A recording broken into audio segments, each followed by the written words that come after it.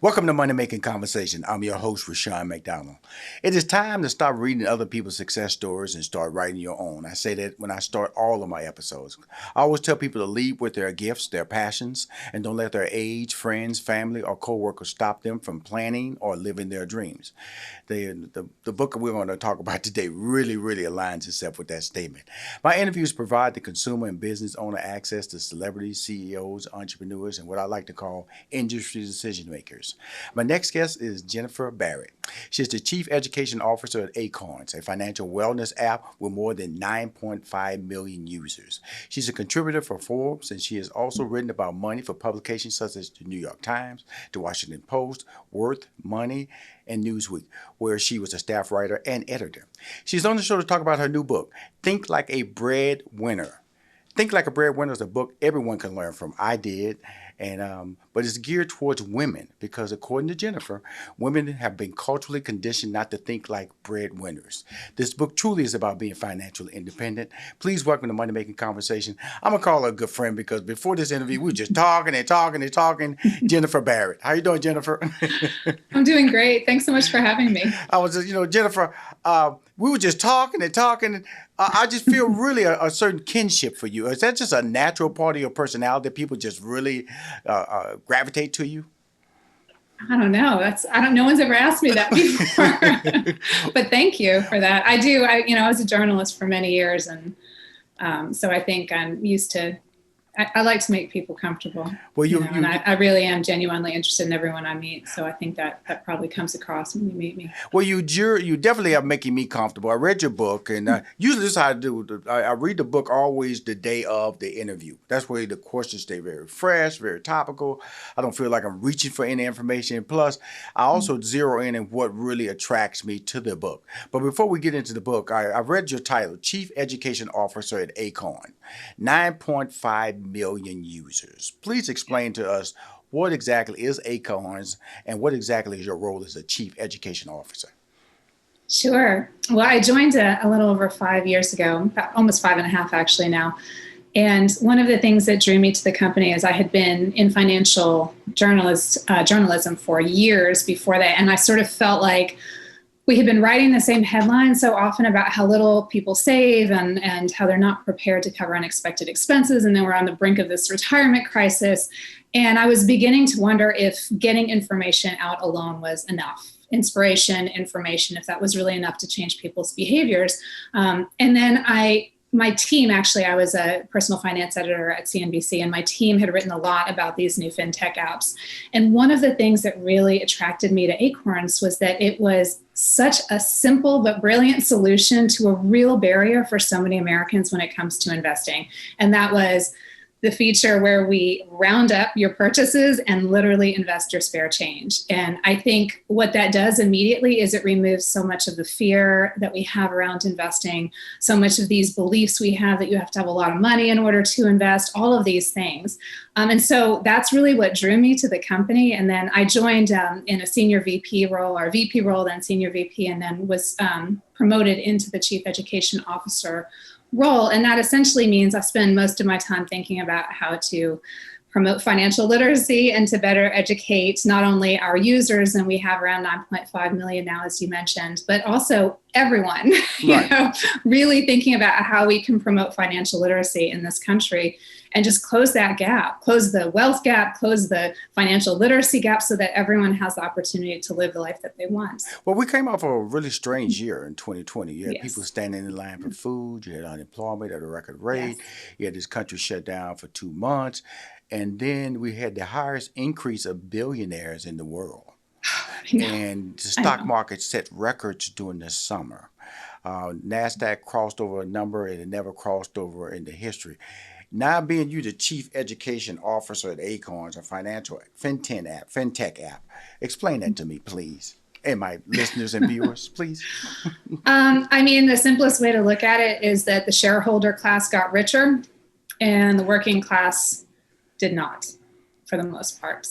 So people who were more dependent on a paycheck struggled more, and people who were more dependent on their investments, particularly in the stock market, did quite well because, as you mentioned, the stock market has hit record highs, surprisingly, almost really, given that we were in a recession last year and in a global pandemic. But that's really the simplest way to look at it. And I think there's so much that we can learn from this pandemic, but one of the big lessons there is just the importance of getting in the game, and not depending solely on a paycheck, but really starting to use those paychecks to build wealth, even if it's 5, 10, 15, 20, $50 a month, really getting in the habit of taking some money and starting to build that wealth so that you're less dependent on paychecks. And then, of course, making sure that you're saving some money, especially during good times, because I think what happens in this country is that if you look at the savings rates, when things are good, the savings rate goes down. Right. And it's almost as if we think like the good days will just keep happening. Mm-hmm. But that is exactly the time when you want to be putting more money into savings and investing because, maybe not a pandemic. I hope we never have to deal with that again. But, recessions happen, the economy goes in cycles. And so during the good times, you want to be preparing yourself so that you can weather the bad times too. And I think that was a big lesson of this pandemic. We will be right back with more money-making conversations with your host, Rashawn McDonald. Welcome back to Money Making Conversations with your host, Rashawn McDonald. We go through life, whether you're male or female. In this particular case, it's about females.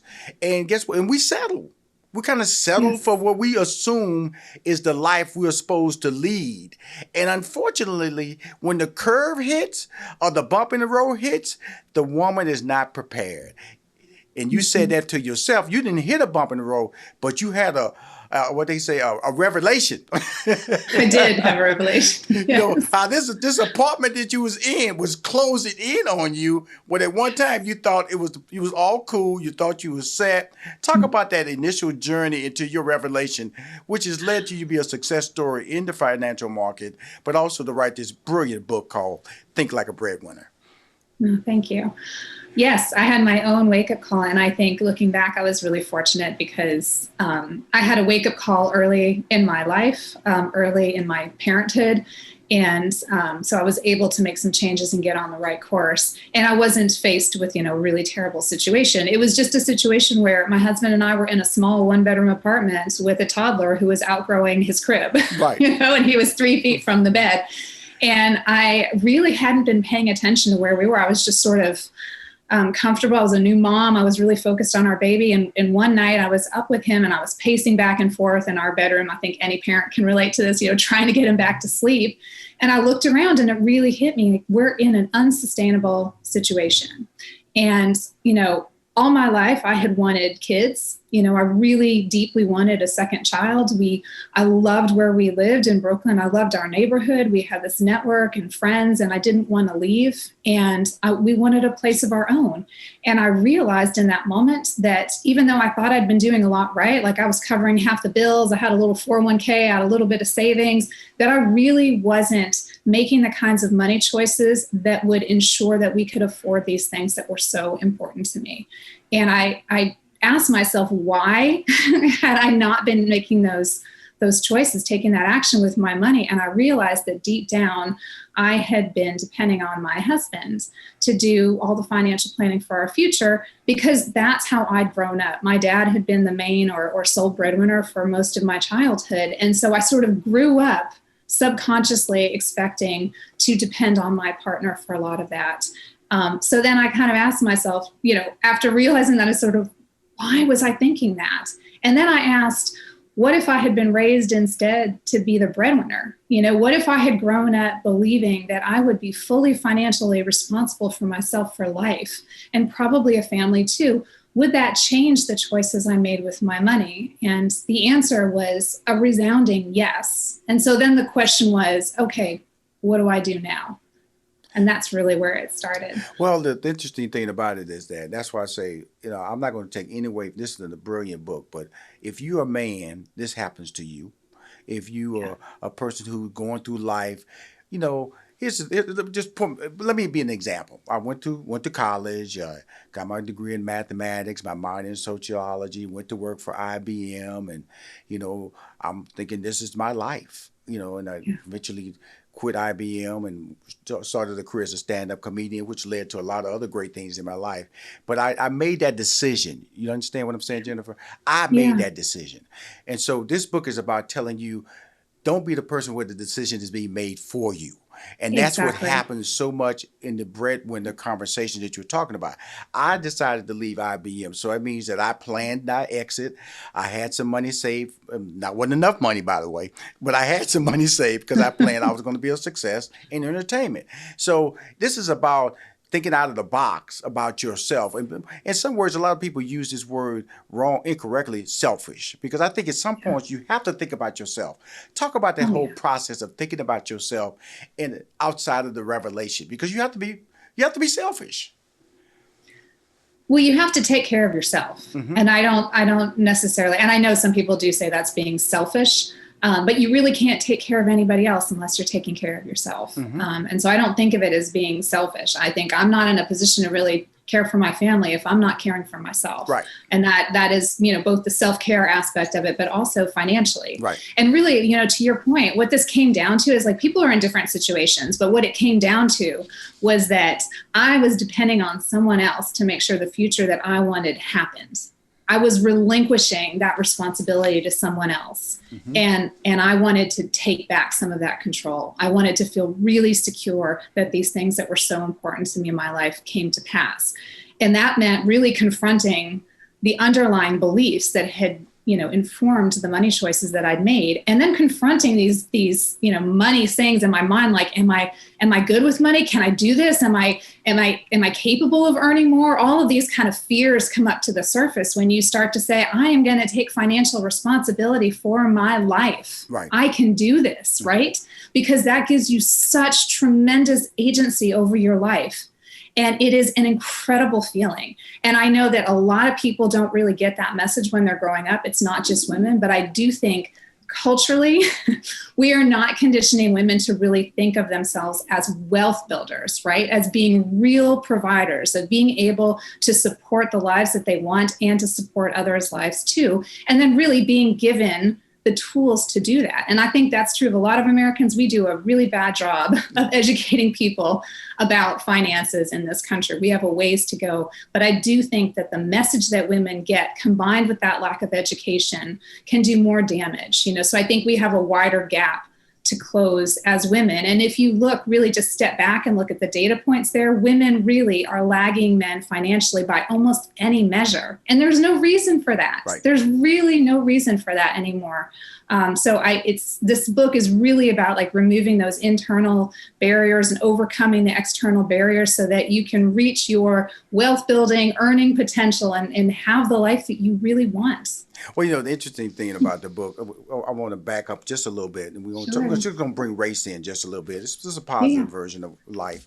Well, you have black women and you have white women, and you mentioned something about black women. Well, they were exposed to the breadwinner philosophy for decades. Explain about that, and then why white women have been conceptualized by the Disney princess philosophy of living. Yeah, I think, and I talk about this in the preface. So I know that, that the breadwinning rates are much different depending on, different races and different communities. So we know that, for example, right now overall, we have had this paradigm shift in the breadwinning model overall. So in more than 40% of households with kids under 18 overall, women are now the main or sole breadwinner. But if you look at the Latina community, if you look at the Black community, that has been the case for a long time. And the numbers are even higher. But what I'm really talking about in this book is something that's a lot more universal, which is, even if you sort of expect, I may end up kind of taking care of myself and taking care of my family, I don't feel like as a culture, we are setting women up for success in that role. So it really doesn't matter where you come from. What I tried to do in this book was take the breadwinning lens and apply it to every aspect of your finances. So if you're really thinking like, what do I want in my life? And what are the choices I need to make with my money and my career or my job path to support that? And then applying that lens everywhere, you really start to see there's such a dichotomy between the messaging that we're getting as women and what we really want to be doing if we want to be able to truly support ourselves. And that's everything from like credit, where we're being marketed this message of like credit cards are a way to close the gap between this life that we can afford and the things that we want.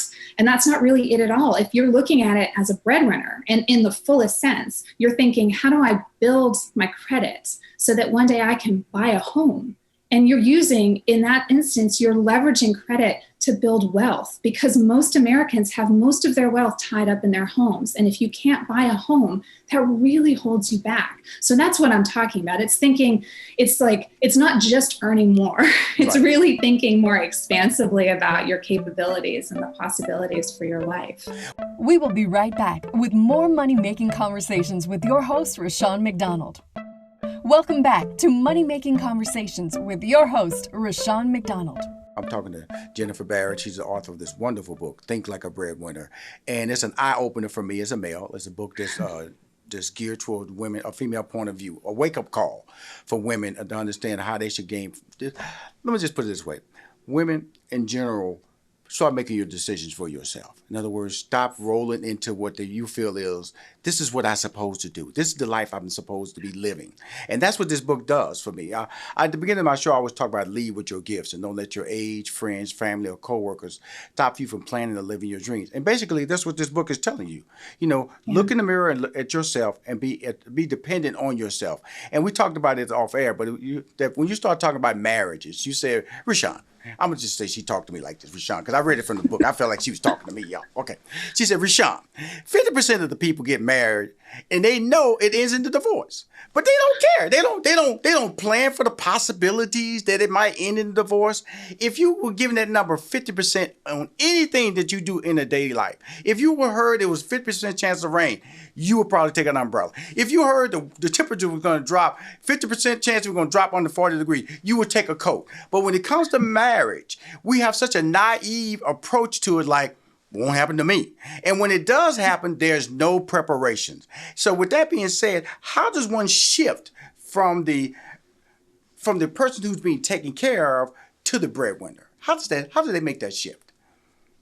Yeah, I mean, I think it starts with looking at your income and being very realistic about, is the income I'm earning supporting the life that I want? And I know this is really hard, and because I've interviewed people, and so many of our Acorns users are in this position too, because a lot of people feel like they're living paycheck to paycheck. And I certainly did when I had my wake up call and we're thinking, we don't have any money to save or invest. Like, we're barely getting by. But you don't need to put a lot of money aside. It's just so important to get into the habit of using your paycheck, using each paycheck to be less dependent on your next paycheck. And what I mean by that is using anything you can from that paycheck you get to put into savings, high yield savings, to put into the stock market and bonds and start investing that money so it can grow for you, because that's how you break the chain, right? That's how you break your dependence on every single paycheck, how you break the paycheck to paycheck cycle, how you build real wealth. And when I'm talking about wealth, I think we have this notion of wealth as being like, I don't know, mansions and yachts and all these things. I'm not talking about that. I'm talking about having enough money growing in the background of your life by investing it, that you have the money to make choices in your life, that you have the money to, to go back to school if you want, or go to school if you want. You have the money to start a business if you want to. You have the money to travel, to buy a home, all of these things, they require more than you're usually making in a paycheck. And so it's so important to get into that habit. I don't think women especially, we are not encouraged to be wealth builders. We are not encouraged to say, I want to make money, earn money. I want to make a lot of money. We are not encouraged to think that way, or even to consider that we're good investors, when the research actually shows that we're better investors than men often. Right. We get good returns.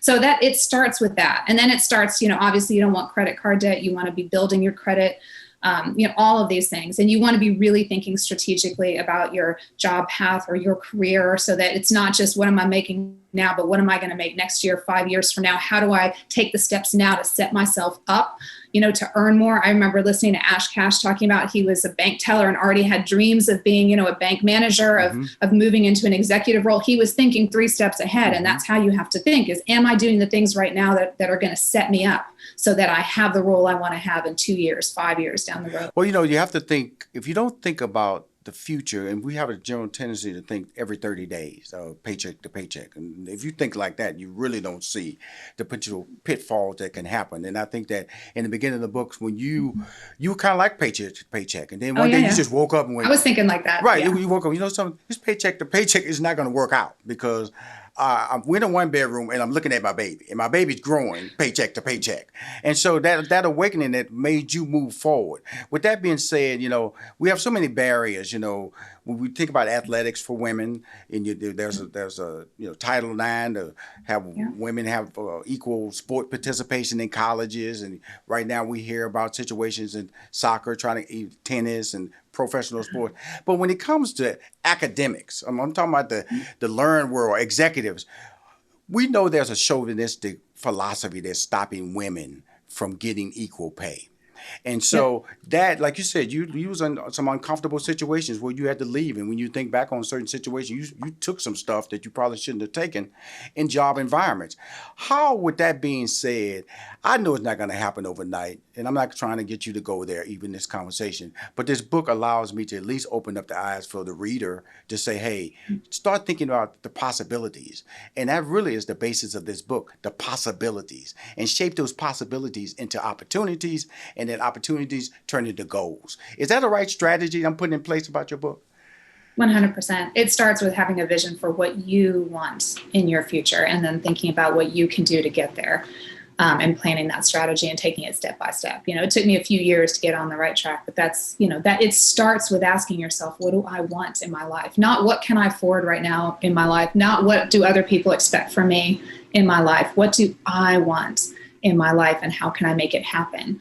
And that gives you such a sense of agency when you start taking the steps to make it happen. And the other thing that you pointed out is that, look, if we look at the numbers, women are lagging men on every financial measure right now. Mm-hmm. So if you just do the status quo, if you just fall into that, that's where you're going to end up. Mm-hmm. So you have to actually stop and say, no, wait, that is not how I want it to go for me. I don't want to get paid less than the guy down the hall. I don't want that. Mm-hmm. I don't want to be passed over for a promotion. These are very real barriers. And so it's important for us to be aware of them, but then also think about, okay, what am I going to do so I get that promotion? So for example, we know there's research out there that shows that women are more likely to pick up what's called office housework or non-promotable work, where the ones like organizing the meetings or cleaning the conference room or whatever it is, and that people are more likely to ask women to do that.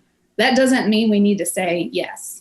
Right, we can be nice about it, but we don't need to fall into some of these traps. And I think the first step there is awareness. Like if you are aware that this is happening and you say, no, wait a second, I don't want this to happen to me. Then the question is, okay, what steps are you going to take so that doesn't happen to you? Because you want your life to go on a different trajectory. And I'm sitting here 12 years later telling you that is entirely possible. I'm not saying it's always easy, but it is entirely possible to say like, no, this is not me. I don't want to be making, 18 cents less or more, than the white man down the hall. It's just not going to be me, But then you have to be aware of that. And then you have to think about, okay, what do I need to do to make sure I get that promotion? All right, I'm going to track every single thing I'm doing for this company and look at how it's supporting this company. And when I come in there and ask for that promotion or that raise, I'm going to have numbers, right? Because numbers don't lie. It takes the emotion out of it. It's really hard to argue with numbers. A lot of this is the approach. I want to say this. We're in that era. You hear that term cancel culture, and because so many people are finally speaking up, finally saying, "Look, I deserve to be recognized for my work, for my pay." Yes. And I don't want this book to become a victim of that thought process of canceling. Women, they should be satisfied. They should be happy being at home. They should be happy taken care of. Because your book is brilliant. I'm just going to be honest with you. I've read it, and I started reading it again because we missed our first interview. And I was just so moved by do not wait till your mid-30s. That's a theme in this book. In the mid-30s, these women are starting to wake up. Wake up at 19. Wake up at 16. Wake up at 21. Don't wake up at the mid-30s, and then that's what happens. You get in that trap because age starts to come in. You go, Can I pivot? And sometimes people don't care if you can't pivot. They're going to pivot for you and kick you to the curb. And so that's the wonder of this book, is that don't let age stop you. Don't allow yourself to wait too late. But more importantly, read books like this, and it will focus you early. Give it to your daughter. Allow her to have a sense that she can be independent. It's all right to have freedom thought. It's all right to think about themselves. It's all right to focus on being financially independent. Wonderful book, Jennifer. I'm really glad we was able to pull this interview off because you are amazing. Thank you. Oh, thank you so much. I really appreciate that, and I had such a good time with you today. If you want to hear more interviews or see more interviews of Money Making Conversations, please go to moneymakingconversations.com. I'm Rushion McDonald. I am your host. Please buy this book.